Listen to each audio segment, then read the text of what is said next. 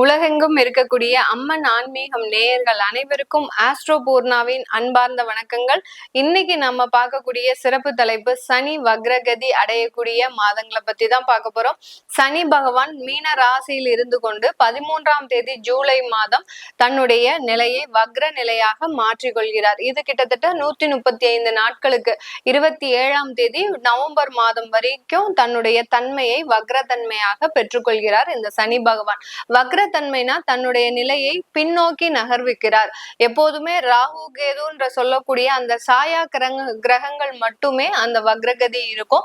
இப்போ இந்த சனி பகவான் வக்ரகதி அடையும் போது தன்னுடைய மெதுவாக செல்லக்கூடிய தன்மையை மாற்றி அமைத்து செயல்பட போறார். நீதிமானாக செயல்படக்கூடிய அந்த சனி பகவான் இந்த காலகட்டத்துல நீதிமானாக செயல்பட மாட்டார். அந்தந்த ராசி என்பர்களுக்கு தேவையான ஒரு லாப நஷ்டங்களை கொடுக்கக்கூடிய ஒரு அமைப்பாக தான் இருக்க போது. அதை பத்தி தான் இந்த பதிவுல நம்ம தெளிவா பார்க்க போறோம். ஒவ்வொரு ராசிக்கும் என்ன மாதிரியான பலன்களை இந்த 4.5 மாதங்களுக்கு கொடுக்க போறார் அப்படின்றத பார்க்கலாம்.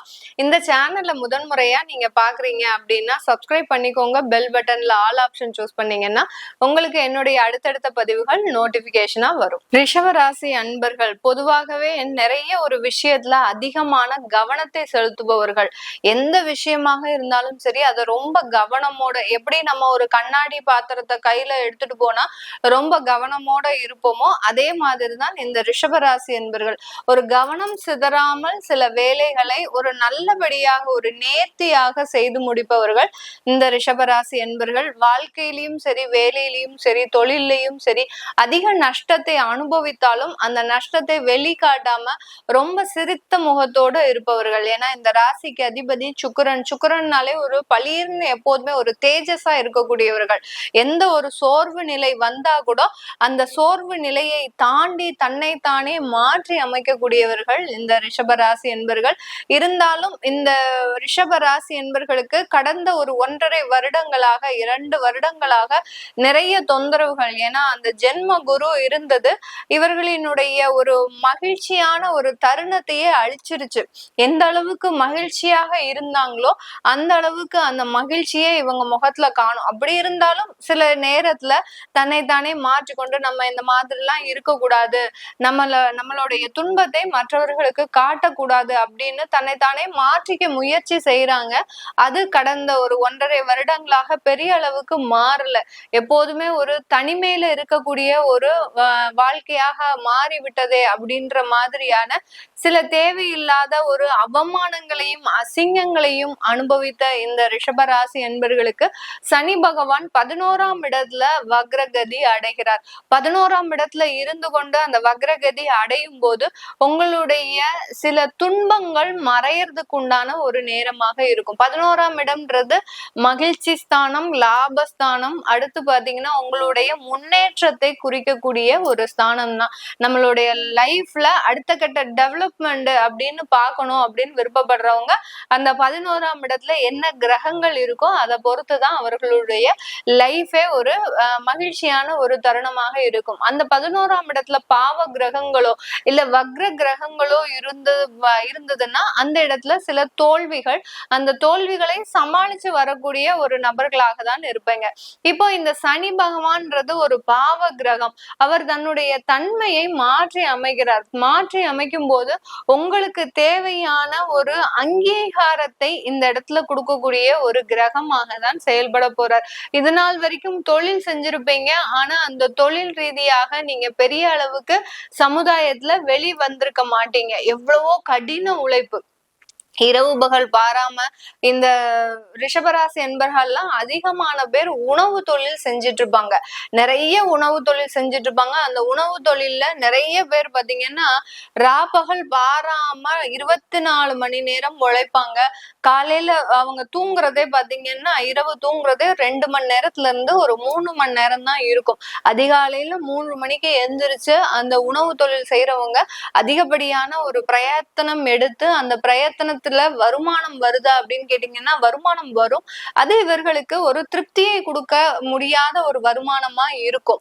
பெரிய அளவுக்கு ரீச் இருக்காது. ஏதோ நமக்கு சாப்பிடுறதுக்கு அந்த முதலீடு பண்றதுக்கு அந்த அளவுக்கு தான் இருக்குமே ஒழிய பெரிய அளவுக்கு திருப்தியை கொடுக்கக்கூடிய ஒரு வருமானமாக தான் இருக்காது இந்த ரிஷபராசி என்பர்களுக்கு.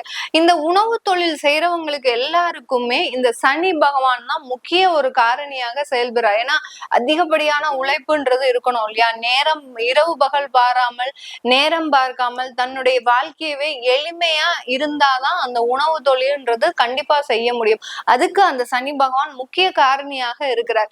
இந்த காலகட்டத்துல கடந்த ஒரு 6 மாதத்துல 11ஆம் இடத்துல அந்த சனி பகவான் வந்தாலும் இவர்களுக்கு கடந்த 6 மாதத்துல அந்த சனி பகவான் வந்து அந்த தொழில்ல ஒரு மந்த தன்மையை கொடுத்திருப்பார்.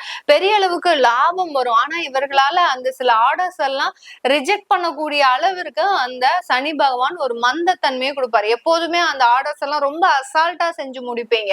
ஆனா கடந்த ஒரு 6 மாதமாக 8 மாதமாக பாத்தீங்கன்னா உங்களால பெரிய ஆர்டர்ஸ் வருது, அதை செய்து முடிக்க முடியாத அளவிற்கு உங்களுக்கு தொழிலாளர்கள் பற்றாக்குறை, அடுத்து பாத்தீங்கன்னா போதுமான ஒரு நேரமின்மை, இந்த மாதிரிலாம் என்னடா இது நம்ம எப்போதும் செய்யறது தானே, ஆனா இப்போ என்னமோ நம்மளுக்கு கன்ஃபியூஸ் ஆகுதே அப்படின்ற அளவிற்கு அந்த சனி பகவான் ஒரு மந்த தன்மையை உங்களுடைய தொழில்ல கொடுத்திருப்பாரு, லாபத்திலையும் கொடுத்திருப்பாரு.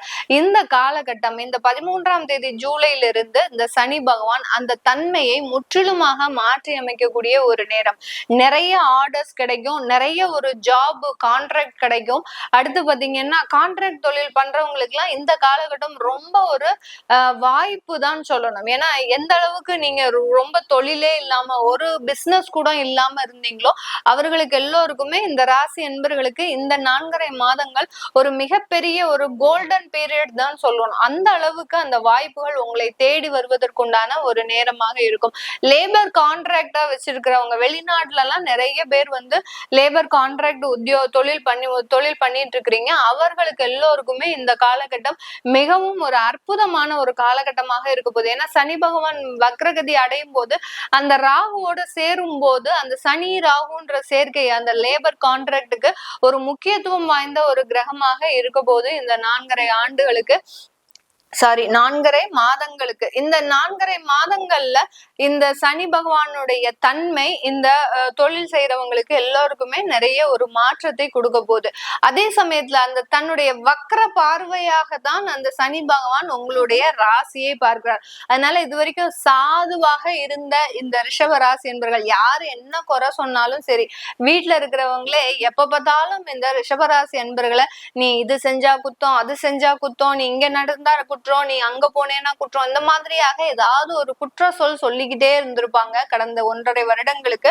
அடுத்து பாத்தீங்கன்னா எப்போதுமே இந்த தன்மையை இந்த ரிஷபராசி என்பர்கள், ஏன்னா யாராவது வீட்டுக்கு வந்தாங்கன்னா ஒரு சிரிச்ச முகத்தோட பேசுவாங்க. ஆனா வீட்டுல இருக்கிறவங்களுக்கு அது பிடிக்காது. ஏன் அவங்க வந்தோடனே நீ அப்படி ஒரு சிரிப்பு சிரிக்கிற, உன்னால அமைதியா இருக்க முடியாதா, அவங்க கிட்ட பேசாம இருக்க முடியாதா, அப்படின்லாம் ஒரு குறை சொல்லிக்கிட்டே இருப்பாங்க. ஒரு சின்ன சின்ன விஷயத்துக்கும் குறை சொல்லக்கூடிய ஒரு நபர்களாக தான் உறவினர்களும் சரி தன்னை சார்ந்தவர்களும் இந்த ராசி என்பர்களுக்கு இருப்பாங்க.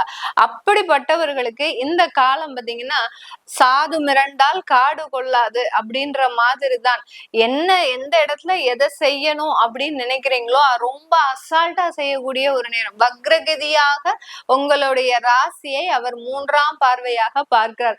அப்படி இருக்கும்போது நீங்க சாதாரண தன்மையோட யார்ட்டையும் பேச மாட்டீங்க. இது வரைக்கும் யாருக்கெல்லாம் பாவப்பட்டு நீங்க பேசுனீங்களோ அவங்க கிட்ட எல்லாமே ரொம்ப ஆப்போசிட்டா பேச ஆரம்பிச்சிருவீங்க. என்ன வேணும் உனக்கு, நான் இப்படித்தானே இருக்கணும், நான் இப்படித்தான் இருப்பேன் அப்படின்ற மாதிரியாக நீங்களே உங்களுடைய ஒரு தன்மையை மாற்றி அமைக்கக்கூடிய ஒரு நேரமாக தான் இந்த ரிஷபராசி என்பர்களுக்கு இருக்க போது. 5ஆம் இடத்தையும் உங்களுடைய சனி பகவான் பார்க்கிறார், வக்ரகதியாக பார்க்கிறதுனால குழந்தைகள் எந்த அளவுக்கு மாற்றங்களை அனுபவிக்கணும்னு நினைக்கிறீங்களோ அந்த மாற்றங்கள் எல்லாம் வந்திருக்காரு. நல்லா படிக்கணும்னு நினைச்சிருப்பீங்க, ஆனா அந்த குழந்தை நல்லா படிச்சிருக்காது. மார்க் எல்லாமே நீங்க எதிர்பார்த்ததை விட ரொம்ப கம்மியா கம்மியாதான் வாங்கியிருந்திருப்பாங்க. ஆனாலும் அவர்கள்கிட்ட உங்களால கோபப்படவும் முடியாது, சாந்தமாகவும் பேச முடியாது. இந்த மாதிரியான ஒரு 2 தன்மையோட நீங்க ஒரு அனுபவிக்கக்கூடிய ஒரு காலமாக இருந்திருக்கும். இப்போ அந்த குழந்தையினுடைய டெவலப்மெண்ட்ன்றது இந்த காலகட்டம் ஒரு அபார வளர்ச்சியாக இருக்கும். குழந்தை பாக்கியம் இல்லாதவர்களுக்கும் பாத்தீங்கன்னா, இதுவரைக்கும் குழந்தை பாக்கியம் இல்லாதவர்களுக்கு இந்த காலகட்டம் எளிதாக குழந்தை பாக்கியம் கிடைக்கக்கூடிய ஒரு தன்மை. அப்படியே அந்த சனி பகவான் ஆப்போசிட்டா செயல்படக்கூடிய ஒரு நேரமாக இருக்கும். இதனால் வரைக்கும் ஒரு மந்த தன்மையோட எல்லா விஷயத்திலும் குழந்தைகள் ஏன் மார்க் எடுக்கல, அந்த இடத்துல உங்களுடைய ராசிக்கு அந்த சனி பகவான் 7ஆம் பார்வையாக உங்களுடைய 5ஆம் இடத்தை பார்க்கறதுனால அந்த குழந்தை ஒரு மந்த தன்மையாகவே இருந்திருக்கும். எந்த அளவுக்கும் ஒரு சுறுசுறுப்பாக இல்லாம, நீங்க சொல் பேச்சு கேட்காம இப்படி எல்லாம் இருந்தக்கூடிய அந்த குழந்தையாகப்பட்டது இப்போ உங்களுடைய பேச்சுக்கு அடங்கி, உங்களுடைய கோபத்திற்கு அடங்கி, ஏன்னா நீங்க தான் இப்போ வக்ரகதியா மாறிட்டீங்க இல்லையா? அந்த சனியினுடைய பார்வை உங்க ராசிக்கு முழுவதுமா படும்போது ஒரு சூடா இருப்பீங்க, ஒரு அனல் பறக்கக்கூடிய ஒரு நபராக தான் இந்த ராசி என்பர்கள் இருக்க போறீங்க. அதனால குழந்தைகள் விஷயத்துல ரொம்ப வளர்ச்சின்றது உங்களுக்கு இந்த இடத்துல கிடைக்க போகுது.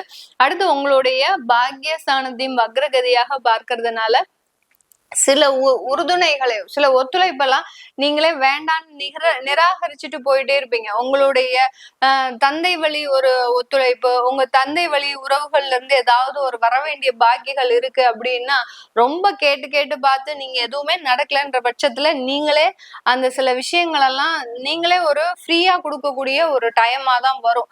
ஏன்னா ஒரு ஒரு சொத்து சண்டையே இருக்கு அப்படின்ற பட்சத்துல இந்த ரிஷபராசி என்பர்கள் பூர்வீக சொத்துல எல்லாம் பிரச்சனைகள் இருக்கு அப்படின்னா இந்த இடத்துல தானமாக எழுதி கொடுக்கக்கூடிய ஒரு டைம். எனக்கு எதுவுமே வேண்டாம், நீங்க நல்லா இருந்தா போறோம் அப்படின்ற மாதிரியாக அந்த சொத்துக்களை விட்டு கொடுக்கக்கூடிய ஒரு நேரமாக தான் இந்த வக்ரகதி சனி பகவான் இந்த ரிஷபராசி என்பர்களுக்கு மிக அருமையாக செயல்பட போறார். தன்னுடைய சொந்த காலில் முழுவதுமாக மாற்றங்களை மாற்றி அமைக்கக்கூடிய ஒரு நேரம். வேலை செய்கின்றவங்களுக்கு பாத்தீங்கன்னா அவர்களுடைய வேலை விட்டுருக்கிறீங்க அப்படின்னா, ரிஷபராசி என்பர்கள் யாராவது வேலையை விட்டுருக்கிறீங்க அப்படின்னா அந்த இடத்துல உடனே ஒரு வேலை வாய்ப்பை கொடுப்பாரு. அந்த இடத்துல பதவி உயர்வு, வருமான உயர்வு, இப்படி அடுக்கடுக்காக நிறைய மாற்றத்தை கொடுக்கக்கூடிய ஒரு நேரமாகவும் இருக்கும். வேலைக்கு போகவே இஷ்டம் இல்லை அப்படின்றவங்க எல்லாம் பாத்தீங்கன்னா இப்போ இந்த 4.5 மாதங்களுக்கு ரொம்ப சுறுசுறுப்பா வேலை செய்யக்கூடிய ஒரு நேரமாகவும் தான் இந்த ரிஷபராசி என்பர்களுக்கு இருக்க போகுது. இந்த காலகட்டம் திருமண முயற்சிகள்ல சிறிதளவு தேக்கங்கள் இருக்கும். அதே சமயத்துல காதல் விஷயத்துல எல்லாம் பாத்தீங்கன்னா ஒரு முரண்பாடான கருத்துக்கள், வக்ரகதியோடு உங்களுடைய 5ஆம் இடத்தை பார்க்கும் போது அந்த காதல்ல சில ப்ராப்ளம்ஸ் வர்றதுக்கு வாய்ப்புகள் அதிகமாக இருக்கு இந்த ரிஷபராசி என்பர்களுக்கு. அதனால ஒரு 4.5 மாதங்களுக்கு பொறுமையாக போங்க, எந்த விதமான பேச்சுவார்த்தைகளும் செய்யாதீங்க. கருத்து வேறுபாடுக்கு அதிகமான ஒரு சாத்திய கூறுகள் அதிகமாக இருக்கு. வெளிநாட்டுல வேலை செய்யறவங்களுக்கு இந்த காலகட்டம் ஒரு நிறைய ஒரு வாய்ப்புகளையும் அடுத்த வருமானத்தையும் அளிக்கக்கூடிய ஒரு நேரமாக இருக்கும். வருமானம் நல்ல சஃபிஷியண்டா வந்துட்டு இருக்கும். எந்த இடத்துல இன்வெஸ்ட் பண்ணணும், எந்த இடத்துல இன்வெஸ்ட் பண்ணக்கூடாது அப்படின்றத நீங்களே உணர்ந்து செயல்படக்கூடிய ஒரு நேரமாக தான் இந்த சனி வக்ரகதி இந்த ரிஷபராசி என்பர்களுக்கு கொடுக்க போகுது.